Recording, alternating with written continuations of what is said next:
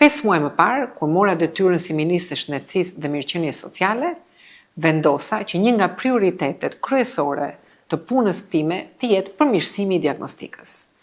Dhe kjo merr një vlerë të veçantë, sidomos në fushën e sëmundjeve të rralla. Kjo konferencë është një hap i rëndësishëm në këtë drejtim, pasi reflekton nevojën për të integruar inovacionin shkencor, politikat publike dhe praktikat klinike. Gjatë këtyre viteve kemi arritur disa hapa të rëndësishëm. Që nga viti 2022 kemi ngritur regjistrin e sëmundjeve të rralla, i cili po konsolidohet si bazë për një regjistër kombëtar funksional.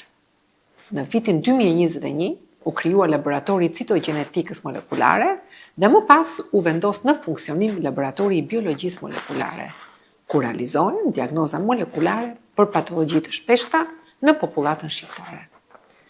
Një zhvillim strategjik është instalimi i teknologjisë Next Generation Sequencing, që do të përdoret për herë të parë në Shqipëri për përcaktimin e terapive intensive dhe target në hemopatit malinje dhe tumoret pediatrike të rralla.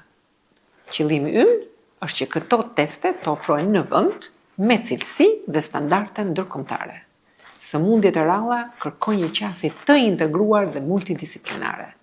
Bashkëpunimi me specialistësh, integrimi në rrjetet europiane dhe partneritetet ndërkombëtare janë cilësi për të garantuar standardet më të larta dhe barazinë në akses për pacientët.